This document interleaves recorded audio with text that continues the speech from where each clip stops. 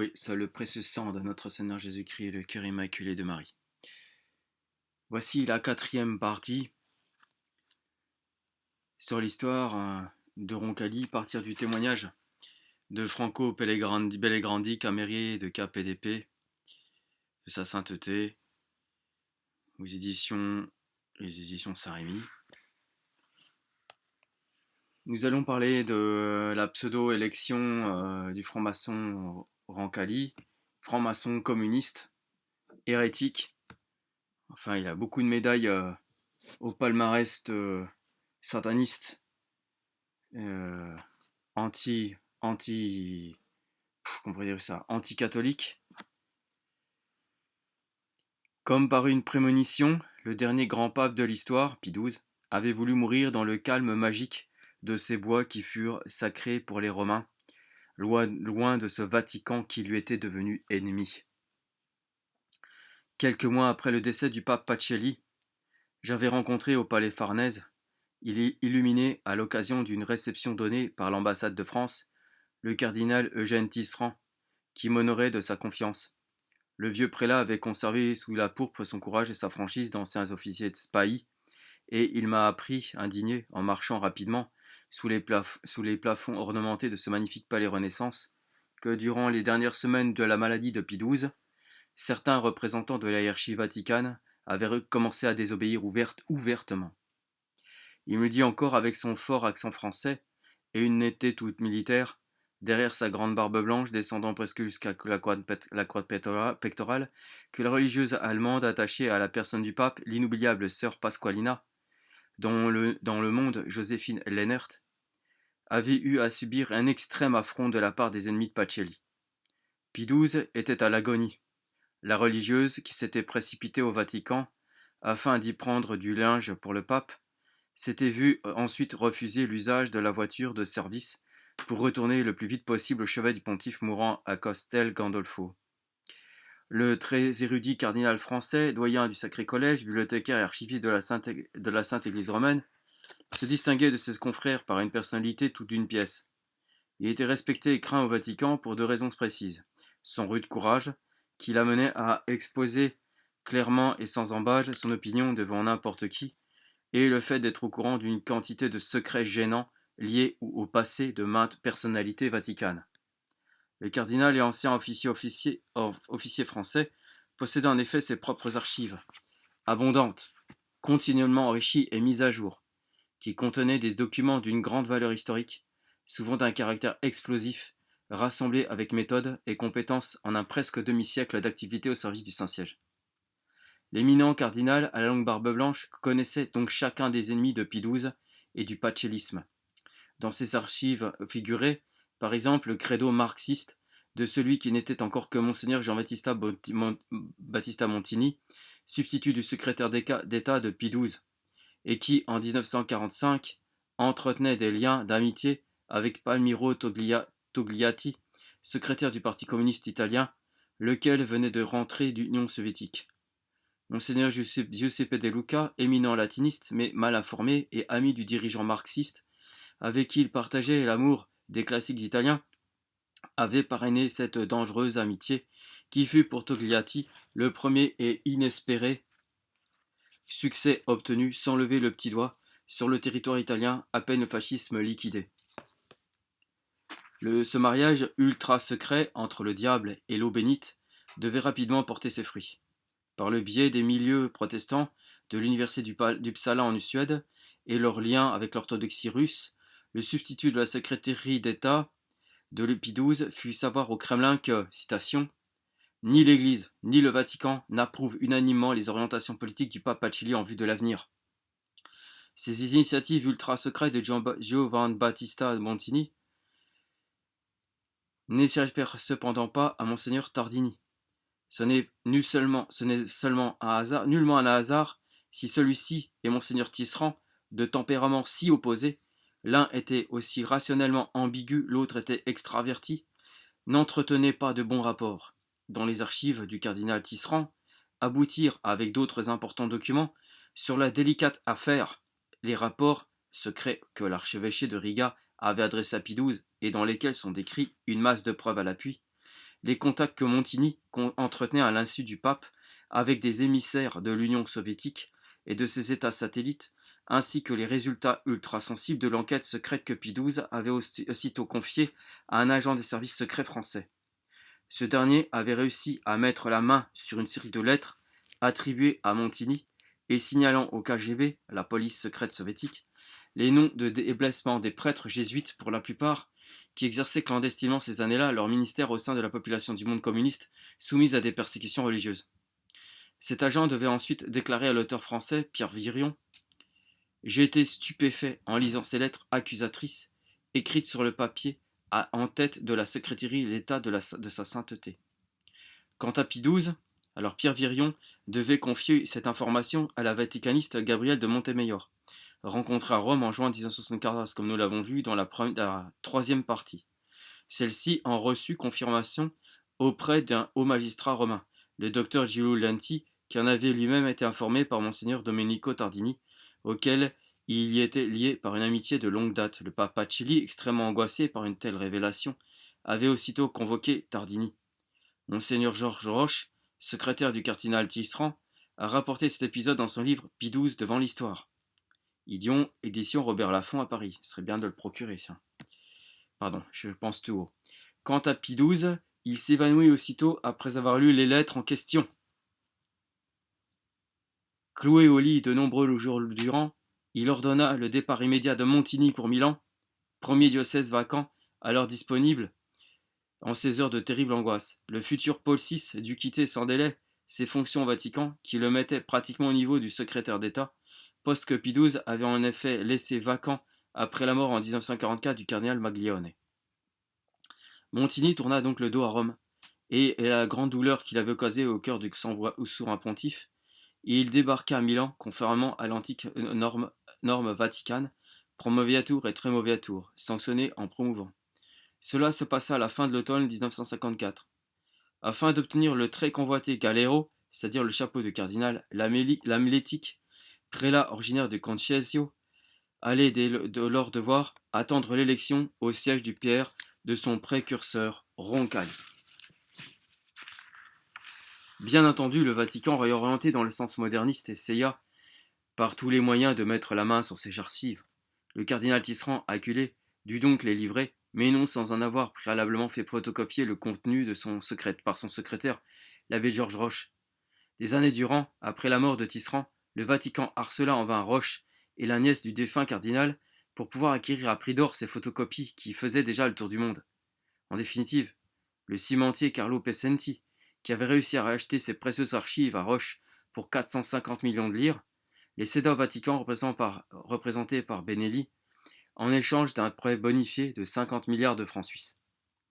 Pessenti avait en effet besoin à l'époque pour son groupe bancaire et l'acquisition de deux banques à Munich de Monte-Carlo des prêts en devises étrangères consentis par l'Institut pour les œuvres de religion.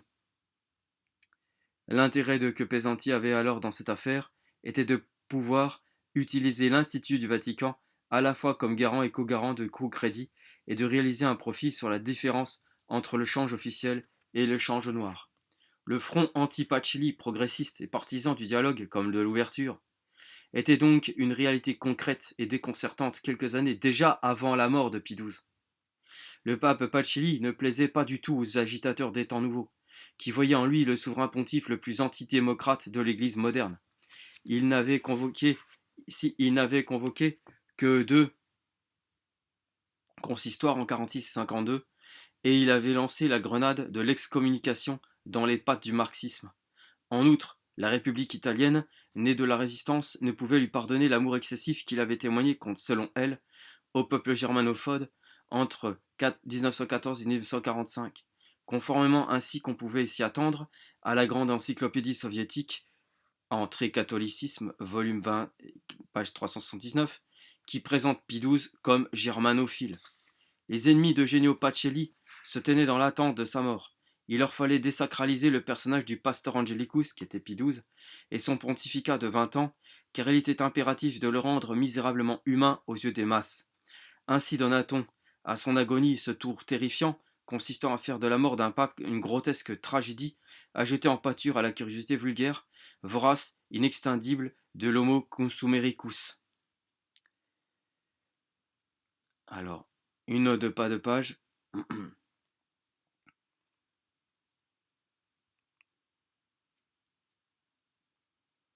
Concernant des articles de Paris Match et d'un magazine italien, outre son manquement à l'éthique médicale le plus élémentaire, le médicastre en question avait complètement raté l'embaumement du pape Pie XII. Pour ces deux motifs, dont un seul aurait suffi, il fut licencié dès après la mort du pape Pie XII et rayé de l'ordre des médecins, bien qu'il eût obtenu ensuite d'être réintégré en arguant d'un vice de forme. Il paraît qu'il y a une vidéo italienne qui est parue sur ce sujet, ou espagnole, je ne sais plus, je crois que c'est espagnol, qu'on peut trouver sur YouTube et qui démontre effectivement que quoi, le médecin a complètement raté l'embaumement du papy 12. Il a inversé en fait les médicaments qui auraient dû ralentir en fait la décomposition du corps et pour faire des médicaments, qui sortent de médicaments, il a fait donc incuber ça au pape Pie XII une fois mort évidemment et ça a détérioré davantage et rapidement, très rapidement son corps, à tel point qu'il avait des couleurs bleuâtres, grisâtres, qu'il sentait vraiment très très mauvais de l'intérieur et ça sortait, il s'est obligé d'aérer, d'écarter les gardes, je crois, du corps alors qu'il était en putréfaction accélérée. C'est dire le peu d'amour et de condescendance vis-à-vis de ce pape enfin, pendant cette période-là. Des rédacteurs en chef sans scrupules achetèrent donc à coups de millions l'archiatre pontifical Riccardo Cagliazzi, Lisi, rebaptisé le vautour de Laïca, qui, armé de son appareil photo et avec une précision clinique dénuée de toute humanité, scruta et fixa sur la pellicule jour après jour le visage de Genio Pacelli ravagé par l'agonie. Ainsi fut offerte publiquement en première page des journaux l'image d'un Pie XII mourant, la tête à la renverse sur les oreillers, le visage émacié et mangé par une barbe de plusieurs jours, les yeux clos et enfoncés, la bouche ouverte sur un râle ultime. Cette image se vendit comme des petits pains auprès des foules avides de profanation. Elle traîna sur les tables du bistrot entre une tasse de cappuccino vide et des mégots de cigarettes. Elle s'étala des jours durant dans les kiosques à journaux entre les magazines sexy et les tabloïds, avant de finir dans les poubelles. La télévision eut elle aussi sa part de charognard dans cette féroce mise en pièces d'un mythe, de sorte que l'agonie de Pie XII, avec chacun de ses détails hallucinants, entra dans tous les foyers italiens où l'on observait pendant les repas, entre deux fourchettes de spaghettis, entre deux gorgées de vin. Lorsque Pie XII se promenait dans les jardins du Vatican, les gardes de service avaient ordre de se cacher derrière les arbres, et personne d'autre que la sœur Pasqualina n'avait jamais violé l'intimité de ses appartements, de sa table de travail ou de ses documents. Or, c'est ce pape le plus réservé de l'histoire moderne qui fut ainsi exhibé, mourant, au monde entier. Toute l'intimité dramatique de son humanité agonisante, de son lit froissé par les affaires de la mort, tout cela fut livré à la frénésie du voyeurisme public avec une méticulosité ignoble et sans pitié. J'étais submergé par le souvenir d'une telle mort, tandis que je recommençais à monter lentement les marches de pierre, faisant résonner mes pas, et que je me rapprochais de l'autre chambre papale mortuaire. Un abîme séparait pourtant ces deux décès. Il parle de la mort de pape Pie XII et là de la mort de l'antipape Roncalli. La mort du pape Angelicus s'était produite dans un climat de tragédie grecque. Elle avait refermé un chapitre de l'histoire de l'Église et de l'humanité beaucoup plus long que les 20 années de ce pontificat. Pie XII avait vécu et agi de manière lumineuse, comme un soleil de spiritualité, mais avec une précision consommée, le nouveau monde qui faisait son entrée sur la scène de l'histoire avait transformé sa mort d'ici-bas en un massacre iconoclaste. Alors que l'antipape Jean XXIII, réformateur et progressiste, responsable avec le concile des doutes et du destin obscur vers lesquels plongeait l'Église et l'humanité entière, était mort dans une atmosphère dégoulinant de sérénité, d'optimisme, presque de bonheur, aimé et adulé des siens au Vatican, instrumentalisé dans le monde comme aucun pape ne l'avait jamais été, encensé par les marxistes, auxquels il avait ouvert de façon inespérée les portes de la citadelle chrétienne. L'élection de Roncalli au pontificat suprême a mis en mouvement sur le cadran de l'Église les aiguilles appelées à marquer ponctuellement, l'une après l'autre, ces heures décisives qui, en l'espace de 4 ans, allaient dévaster le christianisme et inverser l'équilibre politique de l'Orient.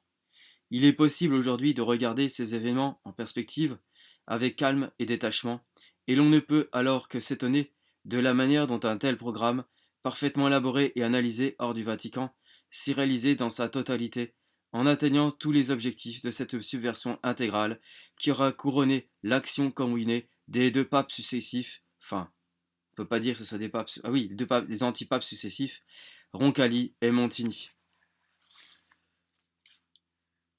Ce programme avait été peaufiné des années durant hors du Vatican, et comme nous la façon de parler. Et comme nous l'avons dit, il fut rapidement mis en œuvre, accomplissant même un bond en avant, dès que le prêtre de Soto il Monte, devenu Jean XXIII, fut apparu sur le balcon de Saint-Pierre en habit blanc de pape pour bénir la foule qui l'acclamait. Le soir même de ce jour, à la gare Termini de Rome, Giovanni Battista Montini descend du train en provenance de Bergame, poussant devant lui, dans leur tenue paysanne, les frères de Roncalli, ahuris et désorientés sous les flashs des photographes. La fin de la quarantaine avait donc sonné pour le prélat de Brescia.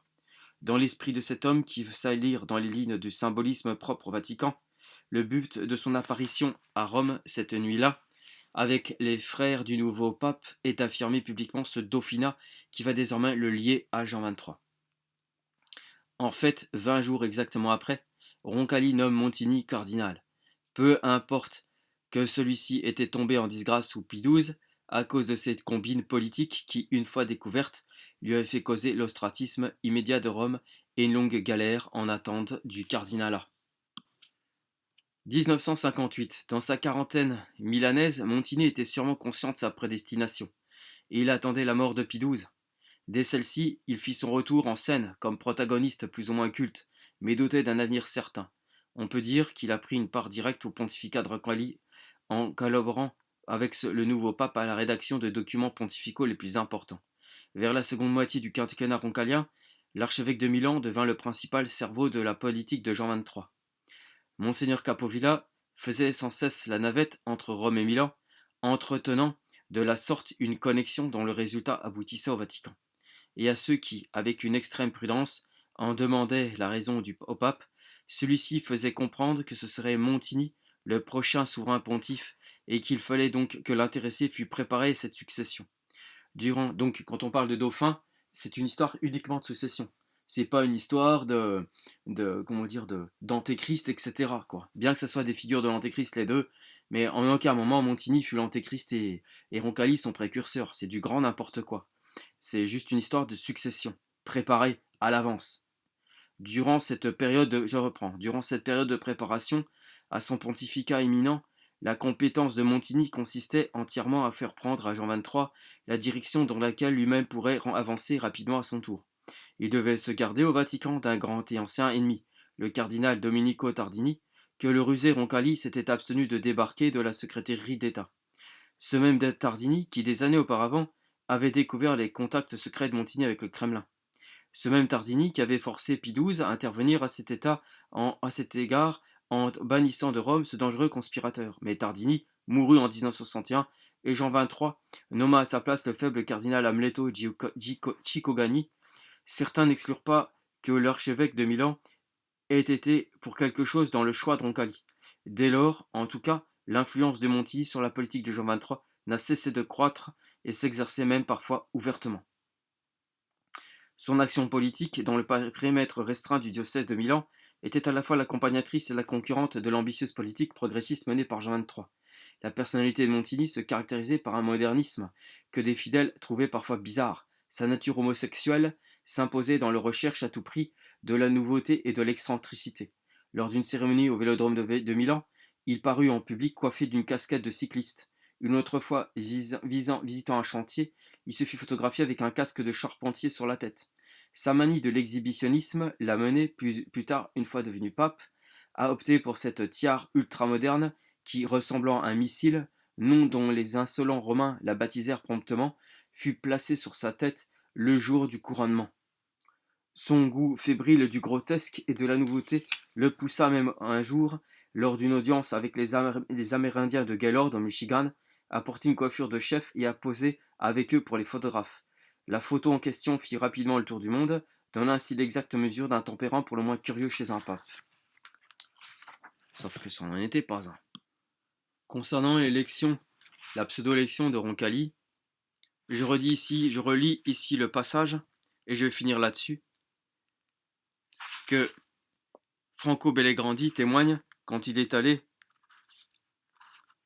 chez le comte Sella, qui était en train de ranger des papiers sur une table basse placée devant lui.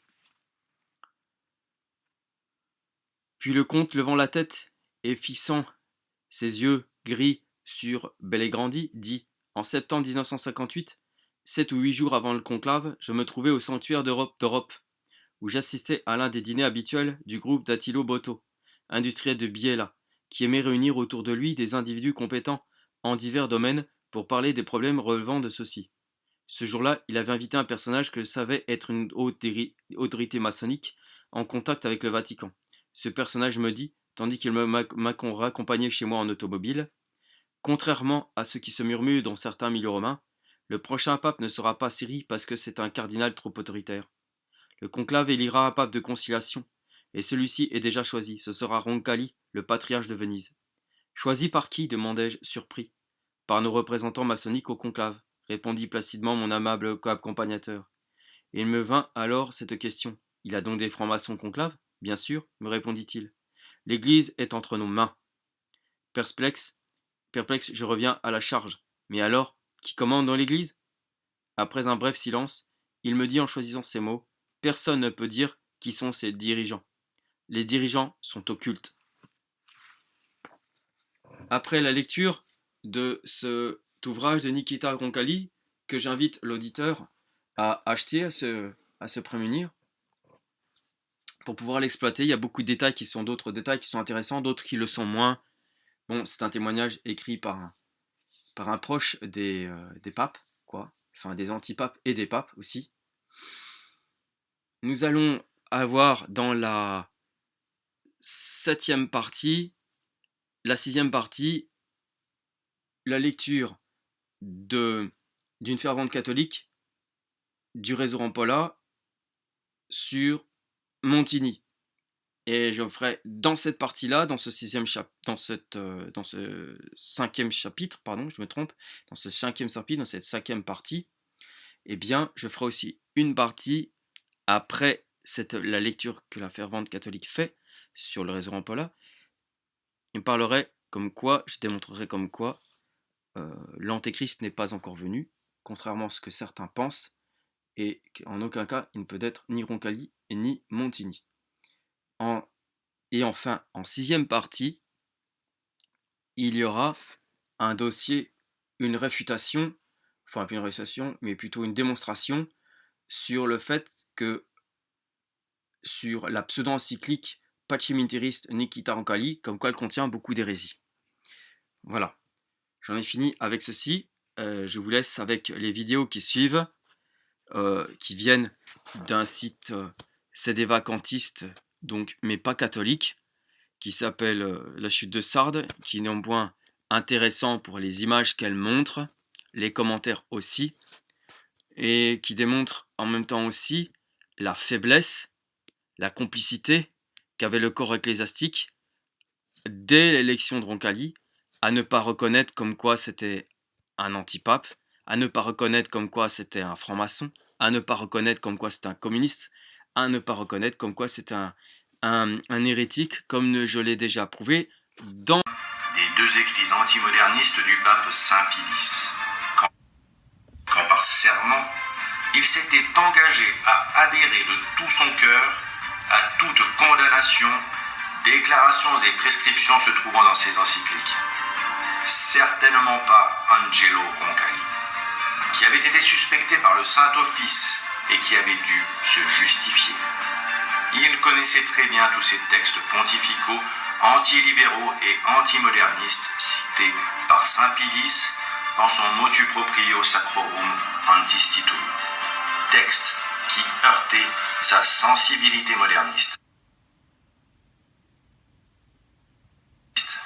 Et on peut sans crainte affirmer que c'est en pleine conscience et en pleine connaissance de cause qu'il a désobéi au magistère de l'Église, en dissimulant d'abord la nature hérétique de ses convictions, puis de son apostasie.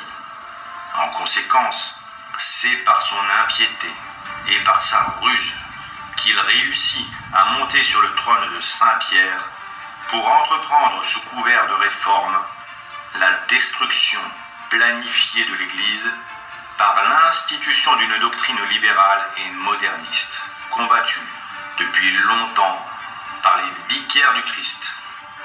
Il était de ces hommes dont le pape Saint Pie X se disait « Nous n'avons plus à lutter comme au début avec des sophistes, s'avançant couverts de peau de brebis, mais avec des ennemis déclarés et cruels, ennemis du dedans, qui, ayant fait un pacte avec les pires ennemis de l'Église, se proposent la destruction de la foi. » Nous parlons de ces hommes qui, chaque jour, s'élèvent audacieusement contre la sagesse qui nous vient du ciel. Ils s'arrogent le droit de la réformer, comme si elle était corrompue. Ils prétendent la renouveler, comme si le temps l'avait rendue hors d'usage. Ils veulent en augmenter le développement et l'adapter aux caprices, aux progrès et aux commodités du siècle, comme si elle était opposée non pas à la légèreté de quelques-uns, mais au bien même de la société. En aucun cas, un prince de l'Église n'aurait dû voter pour un homme aussi suspect qu'Angelo Roncalli, mais les 2/3 des cardinaux s'y résignèrent. Pourtant, ces électeurs prétendirent œuvrer au nom de Dieu. Ils avaient même demandé l'inspiration du Saint-Esprit, comme le veut le rite. Mais selon les dires du cardinal Siri, celui qui fut véritablement désigné fut évincé sous la menace. Évincé. Et il refusa la charge pontificale sous la menace. Et dans ce moment historique, capital pour l'avenir de l'Église, les autres cardinaux ne firent rien. Aucun d'eux ne se dressa pour lancer l'anathème sur ceux qui osaient profaner la sainteté du conclave. Aucun d'eux ne quitta le conclave qui tournait à la farce. Non, les cardinaux ne firent rien. Et non seulement ils se turent sur ce scandale, mais en plus, ils jurèrent de garder le secret comme le font les conspirateurs et les francs-maçons. Pourtant, les menaces suffisaient à annuler le conclave. Et cette seule raison, indépendamment de tout